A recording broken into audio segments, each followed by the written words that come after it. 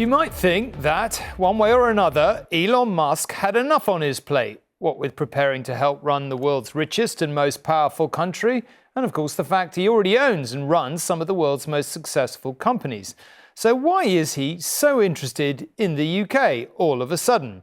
He has said Sir Keir Starmer should be in jail, Nigel Farage shouldn't be leader of Reform, and that safeguarding Minister Jess Phillips, a long-term campaigner against sexual violence, is in fact a rape genocide apologist.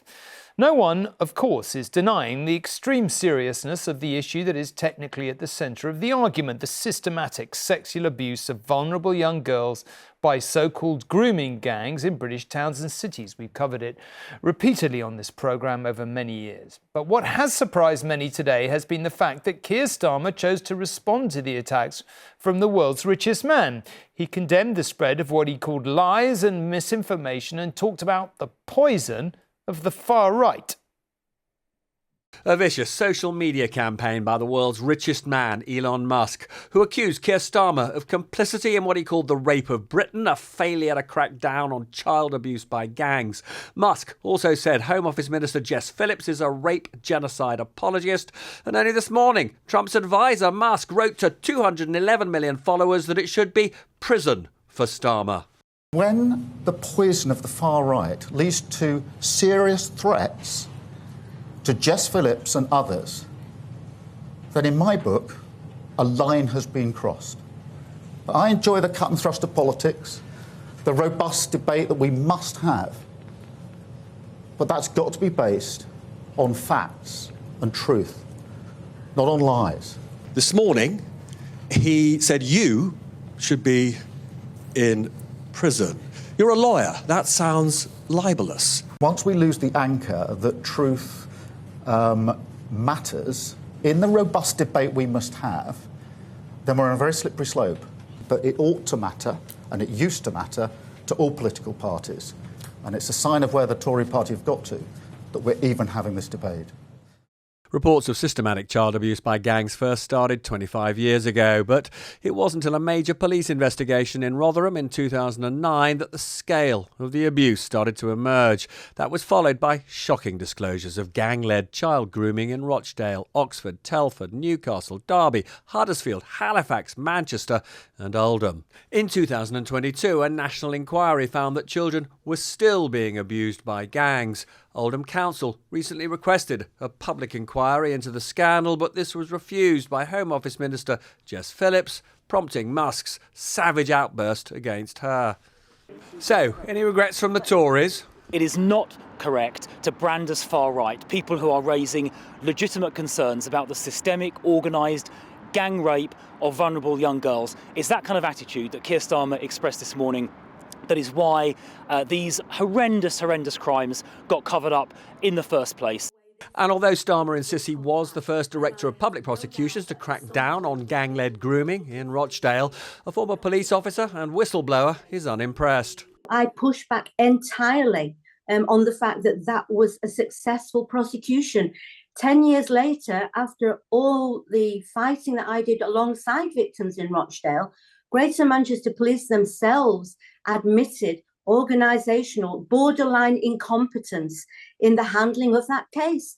No new national inquiry, says Starmer, but he will honour the last one. Keir Starmer says he will now implement the recommendations. Do you trust him?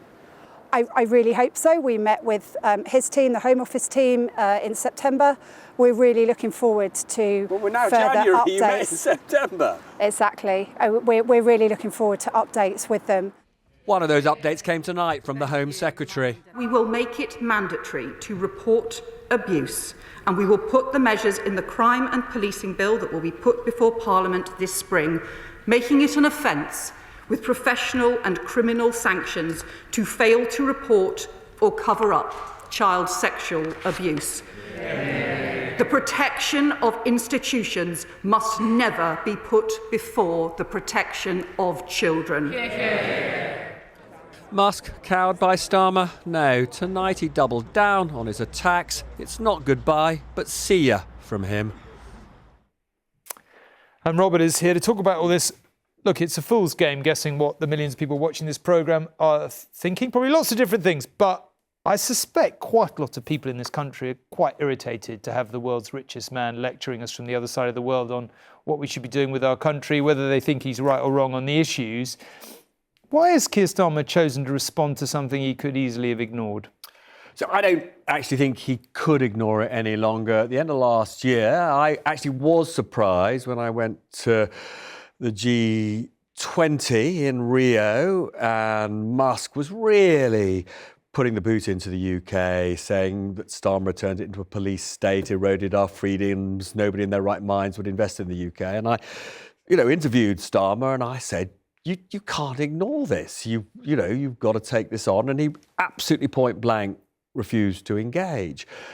But this time, Musk has made the charge that when Starmer was Director of Public Prosecutions, he was soft on these gangs of people from Pakistani origin because he was frightened of being accused of being racist. He was involved in cover-ups.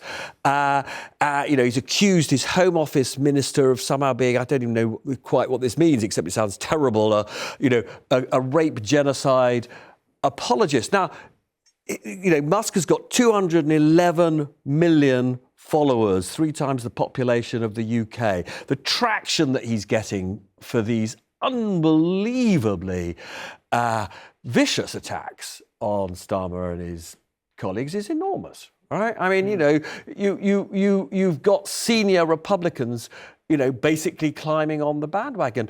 Not only is, Musk got this enormous audience, he's got the ear of the American president, Donald Trump. He's advising him on how to restructure the entire government. Now, against that backdrop, it doesn't take many people in the UK to think that this is credible for Keir Starmer just to be seen by too many people to be unfit to be Prime Minister. So he has to respond at the point where his entire credibility on something as sensitive as this is being challenged. I think he does have to respond. Now, where it goes from here, I simply don't know. I mean, the thing that I would be... There are lots of people who somehow think that Trump is going to distance himself from Musk because he thinks Musk has gone too far. If you want my honest view, I very much doubt that's going to happen.